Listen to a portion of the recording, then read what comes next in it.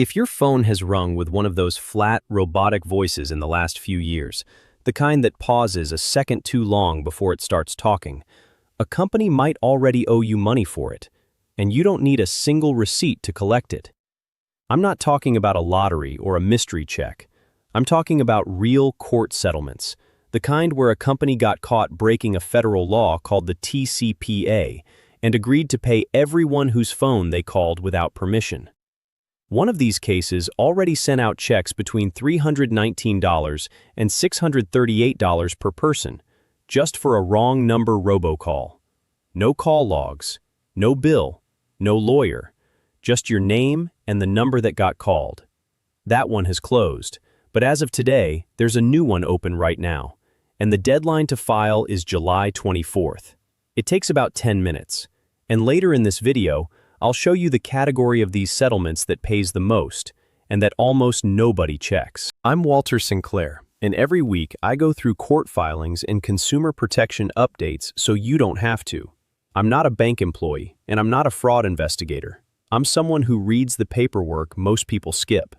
Everything in this video comes from public court records and official settlement administrator sites, and I'll always tell you to go check the source yourself before you do anything. Let's get into it. Here's the law behind all of this, and it's simpler than it sounds. It's called the Telephone Consumer Protection Act, or TCPA, and it says a company generally can't use an automatic dialing system or a pre-recorded voice to call your cell phone unless you gave them permission first. That's it. That's the whole violation. Not whether the call annoyed you, not whether it cost you money, just whether they called a cell phone with a robot voice or an auto dialer without your consent. And because Congress wrote a specific dollar penalty into this law, $500 per violation, and up to $1,500 if the company knew it was breaking the rules, these lawsuits tend to end in real settlement funds, sometimes worth millions of dollars, split among everyone who was called. Now, here's the part that trips people up. And it's the reason so many seniors delete these notices without opening them. When a settlement says, "No proof needed," that sounds like something a scammer would say. But in these cases, it's the opposite of a scam, because of where the proof actually comes from. The company being sued has to hand over its own call records to the court as part of the lawsuit. Those records already show which phone numbers were called and when. So when you file a claim, the settlement administrator isn't taking your word for it. They're checking your phone number against records the company itself was legally required to produce. You don't need to dig up anything because the company already did the digging for you under court order. That said, you should still be careful because real settlement notices and scam messages can look similar at first glance. Here are 3 questions to ask before you click anything or give out information. First, does it name an actual court case with a case number and a judge? Real settlements always do. Second, is it hosted on an official settlement administrator site, one that matches the case, not a random link in a text message? And third, does it ever ask you to pay a fee to receive your payment? A real settlement never charges you to collect money you're already owed. If something fails any of those 3 checks, close it and move on. If it passes all 3, it's very likely legitimate. Let me tell you about a woman I'll call Dorothy, 71 years old, living outside Tucson. For almost 2 years, her phone kept ringing with pre-recorded messages meant for someone else entirely. Calls about a healthcare plan she'd never signed up for. She'd answer, hear the robotic voice start talking about an account that wasn't hers, and hang up, assuming it was just one more piece of the daily static everyone deals with now. Then, a postcard showed up in her mailbox with a case number and a settlement website on it, and she almost tossed it straight into the recycling bin, because it looked exactly like the junk mail she gets every week. Something made her pause and read it first. It turned out, her number was in the company's own records, flagged as a wrong number call, one of thousands they'd made by mistake. She went to the official site, entered her name and the phone number that had been getting the calls, and that was the entire process. No documents, no proof, no back and forth. A few months later, a check arrived in the mail.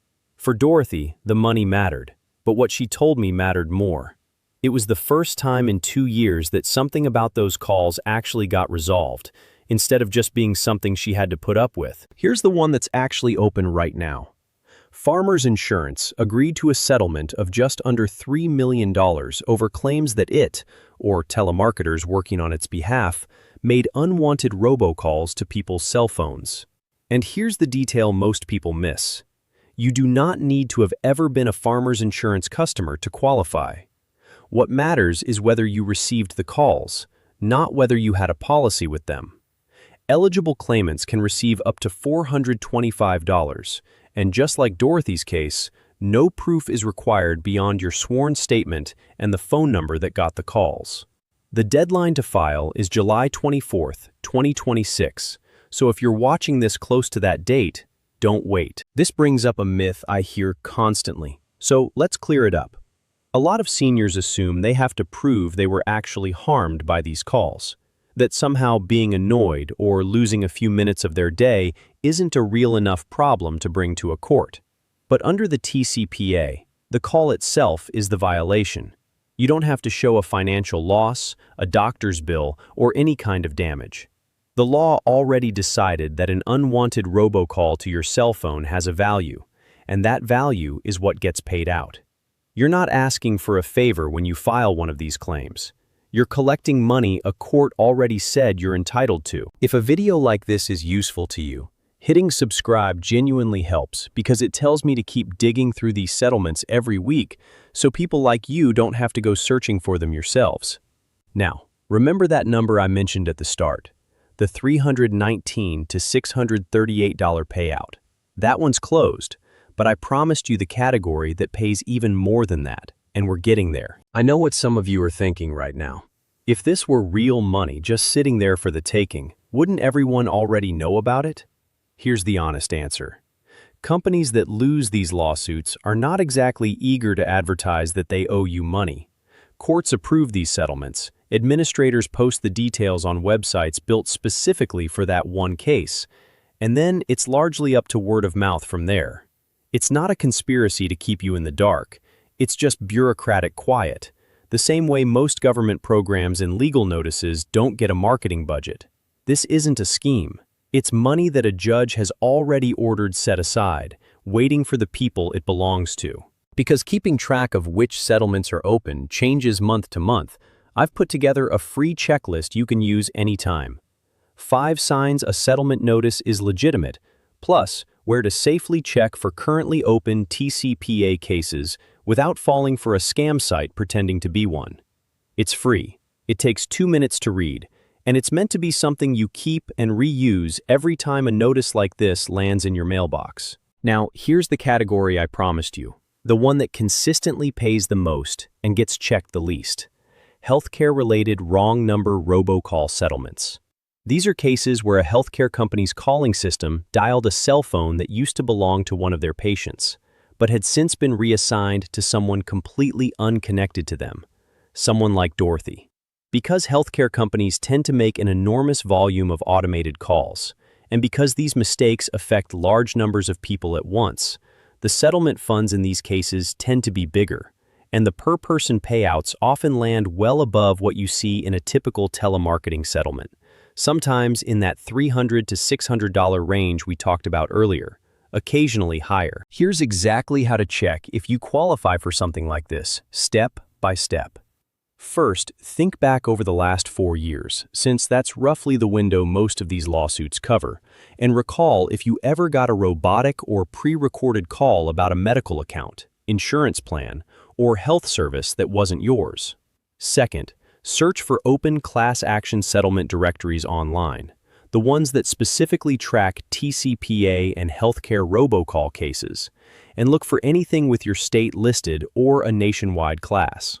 Third, once you find one that looks like a match, run it through those 3 questions from earlier: real case number, official administrator site, no fee required. Fourth, if it passes, file using just your name and the phone number that received the calls. That's the whole process. Dorothy didn't need her old phone bills or a lawyer. She needed her name, her number, and 10 minutes at her kitchen table. Let's bring it all together into 5 simple steps. 1. Think back over the last few years and recall any strange, pre-recorded or robotic calls to your cell phone. 2. Look up currently open TCPA and Robocall class action settlements, including the Farmers Insurance one open right now through July 24th. 3. Verify any notice using the 3-question check. Real case number, official site, no fee. 4. File your claim with just your name and the phone number involved, nothing more. 5. Mark deadlines on your calendar the moment you find an open settlement, because once the window closes, that money goes to someone else. If you know someone, a parent, a neighbor, a friend, who complains about getting robocalls all the time, send them this video, because there's a real chance a company owes them money right now, and they have no idea. Tell me in the comments, have you ever gotten one of these settlement postcards and almost thrown it away, thinking it was junk mail? I read every comment, and I want to know. Next week, I'm going through the Medicare savings programs that quietly pay your Part B premium, and almost nobody applies for them. Until then, take care of yourselves, and I'll see you in the next one.